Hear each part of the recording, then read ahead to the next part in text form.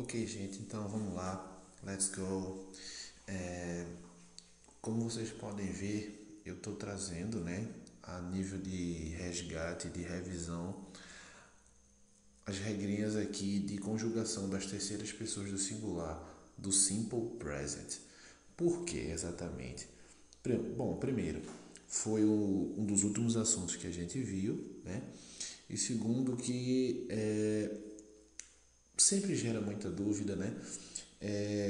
São regras totalmente diferentes do que a gente está acostumado com o português.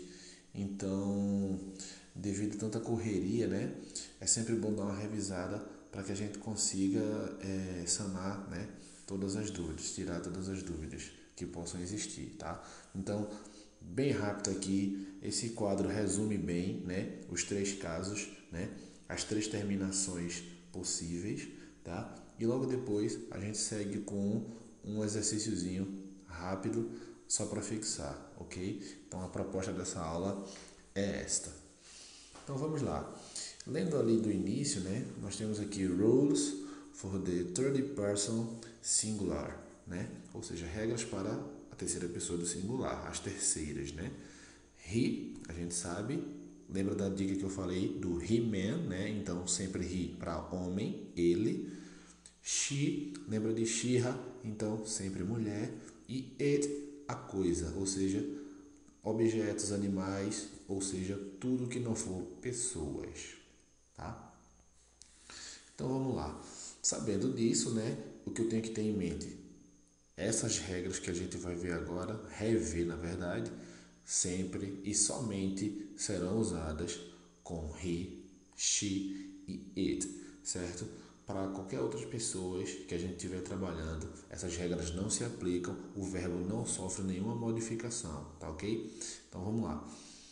No canto esquerdo, na primeira coluna, né, a gente tem in general, ou seja, em geral, né, a regra é só acrescentar o s, né, no final da palavra. Então, por exemplo, nós temos aqui a palavra work, né, trabalhar, o verbo eat, o verbo comer, o verbo play, o verbo swim, que é nadar, e o verbo write, que é escrever, né?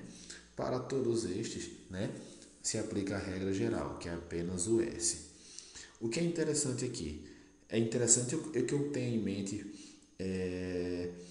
mas a segunda e terceira colunas, porque são exceções, né? É onde a gente vai ter algo que não se encaixa na regra geral. Portanto, se eu souber os casos que acontecem IES como na segunda coluna e ES na terceira, o que sobrar, né, a gente já sabe que vai ser a regra geral, que é só o S, tá? Então, vamos para a segunda coluna, né?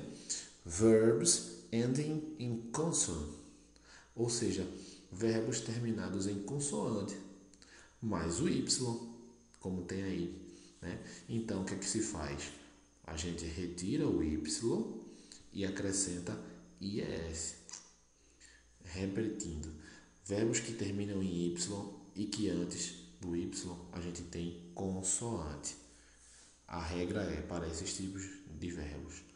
Retira o Y e acrescenta IES. Então, study, né? Cry, try, spy e fly. Traduzindo, study é um cognato, né? Tem o mesmo significado do português, portanto, estudar.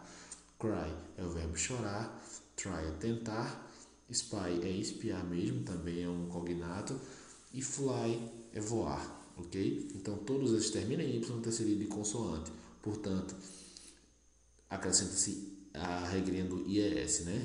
Retirando o Y. E por último, né? Eu costumo dar uma dica aqui, né? Sobre esses verbos aqui que a gente acrescenta ES, né?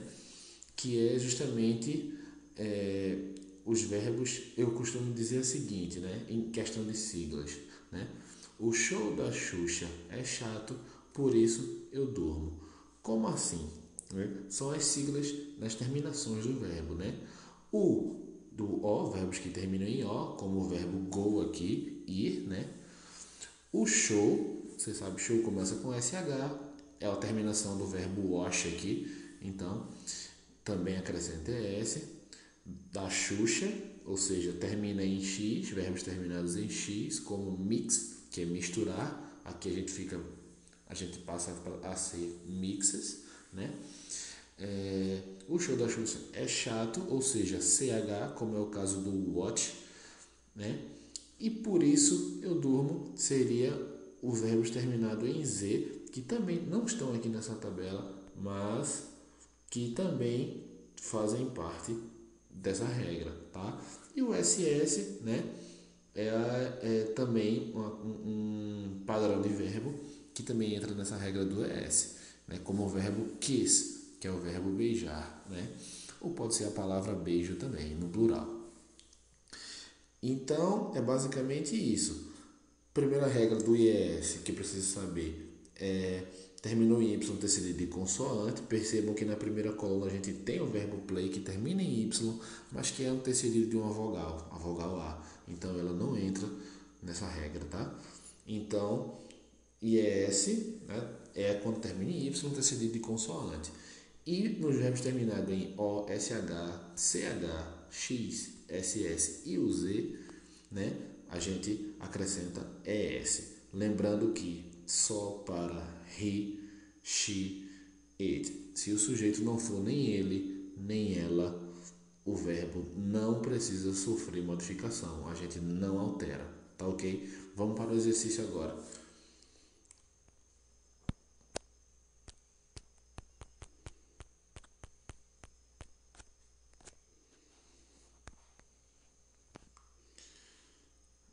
Então vamos lá.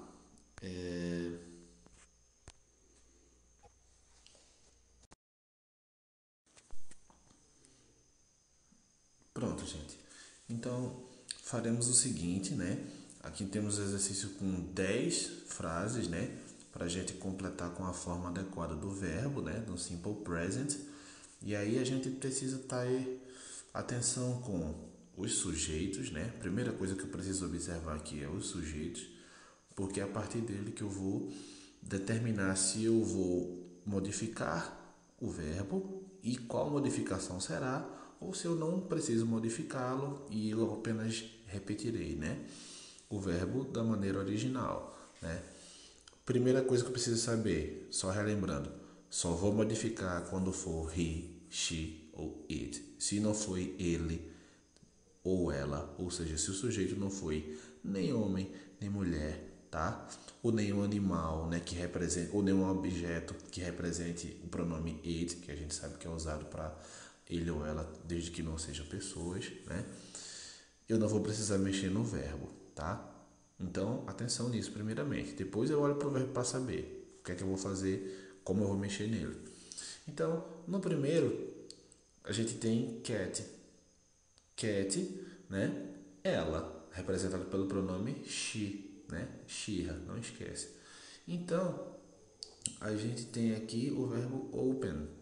É um verbo que não termina em Y antecedido de consoante e nem daquelas terminações que a gente deve acrescentar ES. Portanto, a regra aqui é a regra geral, apenas o S, né? Então, a maioria dos verbos aqui, na verdade, devem ser acrescentados apenas o S. Então, vê, Katie opens the store at 8 o'clock, né? Ou seja, Cat abre a loja às 8. Opens, Cat opens, apenas S no final, regra geral, ok? Na segunda eu tenho he, né? Então, da mesma forma, eu também vou ter que modificar o verbo. O verbo aqui em questão, talk, também é para ser usado a regra geral, não entra nas outras duas. Então, he talks, né? On the phone. Ele fala ao telefone. Na terceira, sujeito aqui, I, ou seja, eu, né? Não devo mexer aqui, uma vez que eu não tenho sujeito aqui, nenhuma terceira pessoa do singular, nem he, nem she, nem it, ok? Então, eu só faço repetir o verbo da maneira que está. I drive my car very well. Então, eu dirijo meu carro muito bem. Na quarta, she likes to eat vegetables every day. O she aqui indica que eu tenho que mexer. O verbo like é um verbo conhecido, né? Termina em e, não entra nenhuma regra especial, então é regra geral. She likes. She likes. Como cat opens na primeira, ok? Então, na quinta, nós temos aqui they never. Ou seja, o sujeito aqui está no plural. Eles, né? O pronome they pode ser usado para eles, né? Ou elas, mas ambos no plural. Então, independente de quais forem, não devemos mexer no verbo, tá? Então a gente só mantém. They never visit us. Ou seja, eles ou elas, né? Nunca nos visitam. Na sexta questão, na sexta frase, aliás, Paul, ou seja, ele. Qual é o verbo? Watch, o verbo assistir. Então, Paul assiste TV com a irmã dele ou com sua irmã, né? Watch termina em CH, né? Então, ele se encaixa naquela terceira fileira, naquela terceira coluna de verbos que eu devo acrescentar ES. Portanto, fica Paul watches TV with his sister, né? Na sétima, nós temos the baby, ou seja, ele ou ela. Para qual que seja, nós deveremos modificar o verbo. Qual a modificação que será feita? Olha aqui, termina em Y, né? O bebê chora, the baby cry, every night. Mas eu não devo deixar o verbo original, já que baby é terceira pessoa do singular. E o verbo cry termina em Y antecedido de consoante. Então ele pede que a regra do IES, né? Tira o Y e acrescenta IES. Então, the baby cries every night. O bebê chora toda noite. Na oitava, nós temos he e o verbo miss, né? Miss, nesse caso aqui, significa sentir falta. Então, he misses, uma vez que SS deve ser acrescentado ES. Então, he misses her a lot. Ele sente muita falta dela. Na nona, the students, sujeito plural, né? É como a gente teve aqui na quinta, they, eles ou elas, né? São equivalentes. Então, os estudantes, já que eu tenho plural, eu não mexo no verbo, não é terceira pessoa do singular. Então, é só manter. The students play tennis twice a week. Os estudantes jogam tênis 2 vezes na semana. Se fosse once a week, seria uma vez, ok? Cuidado, se o sujeito aqui estivesse no singular, the student, o estudante, sim, nós modificaríamos o verbo e ele receberia o S no final da regra geral, já que play termina em Y e é antecedido de vogal, né? Mas como temos o plural, não há necessidade de mexer no verbo. E por último, a 10ª frase, Bella, ela, né? She. E o verbo aqui, enjoy, é o verbo curtir, né? Aproveitar. Então, Bella enjoys listening to music. Bella curte, né? Ouvir música. Enjoy apenas com S no final, já que também é antecedido o Y de vogal, ok? Então, com isso a gente encerra. Espero que tenha sido proveitoso, que tenham sanado as dúvidas. Não é difícil, mas é preciso treino, tá, gente? Não esqueçam de praticar. Não fiquem só bitolados apenas à aula. Pratiquem.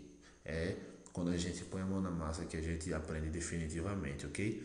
Então, tudo de bom para vocês, né? See you soon. Vejo vocês em breve. Bye, bye. Para encerrar, tá, gente? Queria deixar uma reflexão aqui. Às vezes você ganha, às vezes você aprende, tá? Então é interessante que a gente encare a vida dessa forma, ok?